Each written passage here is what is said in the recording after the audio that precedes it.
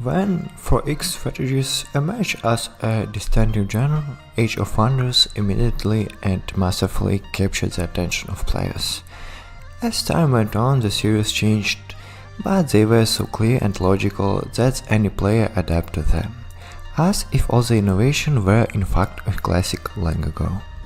And now, here is a fifth game from the same Triumph Studios. Everything is new here too, but everything is just as recognizable and beautiful. The old-timers will be at home here, and the rest of us will just need a little time to understand how this universe works.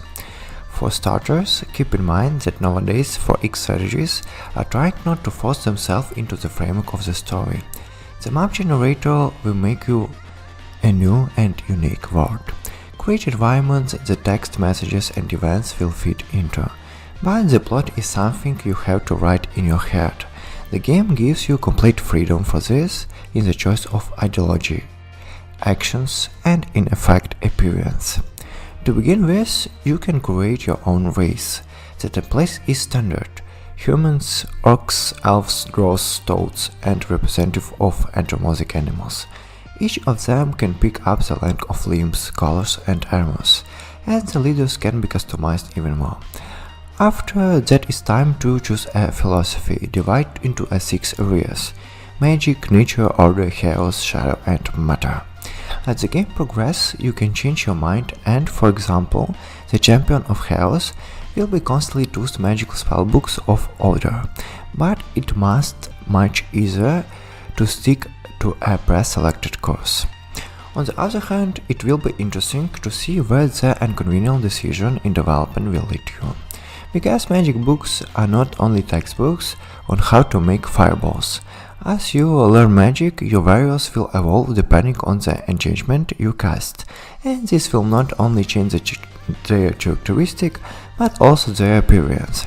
Give your intelligent rats a boost towards nature and their skin will be covered in foliage. Give them Book of Order and they'll grow wings. Matter will turn them to the stone and chaos will give them horns. There are global changes. There are minus ones. But there are plenty of them to suit every taste, and that's not all the choice for the player. Each nation that settles the generator on the map will have a kind of life philosophy: good, evil and neutrality. No matter how banal it may be, but the evil ones will betray you much more often than the good ones, and you too will have to make this choice. Let a neutral element go, you will get a plus in the direction of good. Betray an ally. You will be waiting in the caution of villains. At the same time, the lower you lower the scale of evil, the less likely it will be to successfully pass checks in various dialogues, quests and tasks. For some reason, it is not profitable to be villain in this game, but you can still do it. As a rule, there are only 3 standard conditions to win. Military is kill everyone. Magical is build 3 special buildings, read a spell and spend 15 turns deflecting the attacks of quests from other worlds. And expansion victory. The same thing but without spell reading and with the primary capture of as much free land as possible. You can also win by points when a number of turns runs out. There are other possibilities to lead the nation through success, if they are provided by the map of course. For example, one may have 3 Furing brothers living one there. If the player destroys them or takes them into the alliance, all other victory conditions will no longer be necessary. On the other one, you can meet a very difficult enemy, the Snow Queen, and defeating her personality will end the game. You can create the word generation condition and victory condition yourself through the limiter editor, so experiment, especially since the authors have added several incentives for relaying. Firstly, each successfully completed map increases you in-game prestige. New words, new emblems for enemies, and new clothes for the leaders of the nation will be open for it. Secondly, your leaders from created nation are elevated to the local pantheon after victory and can join your enemies as general in future game sessions. General here can be wide variety, and not always even hired. Some can be rescued, for example, and enemies can be poached after capture, and those generals are very useful, but their number is limited.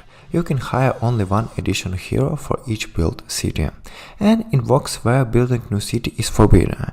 You have to choose one main leader to all important places. Luckily, armies can go without a named commander, but they can't do Sigel's allies. The limitation on the reproduction of heroes is not the only disadvantage in this game. This is diplomacy here, and is very flawed. In it, I am glad to see that there are mechanics for finding casus belli, a certain system of reputation and truly violation, which would unleash the faction hands to declare war.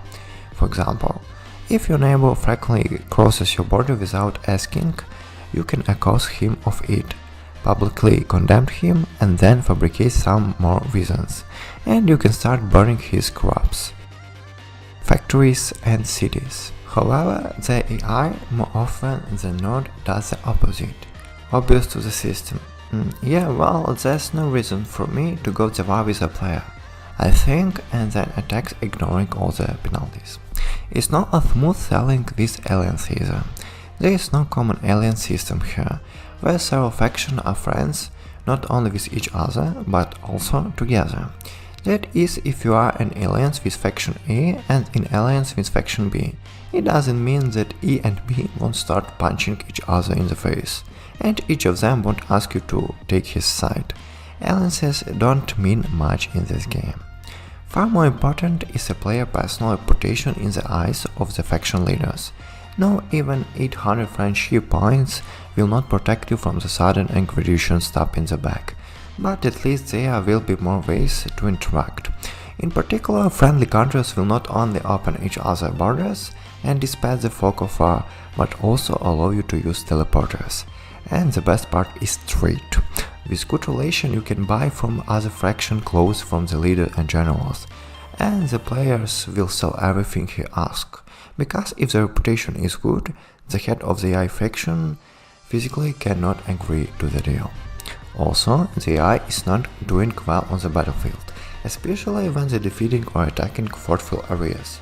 Instead of quietly and peacefully warming their base behind the barricades, the units try to run out behind them to fight wall to wall, so it's extremely scary to switch on outer boy. You have to control everything with your own hands. Among the minor shortcomings, it is worth noting that it's extremely difficult to fix. Although it's not impossible, generating names in other languages and inserting them into the generated events is extremely difficult to adapt. The game does not respect the cases, even true otherwise translated well. This problem is worth puffing up with laughing, and it doesn't work switch on the English language.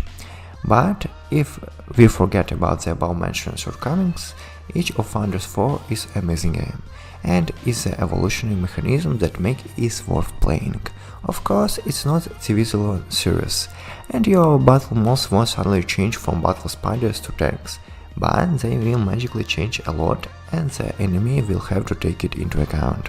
And if we take into account that the authors are planning to release a lot of add-ons in the next 3 years, then the balance and abilities will probably change, and some flaws will be removed sooner or later. But already now, Age of Wonders 4 is a candidate for one of the best games of the genre. Thank you.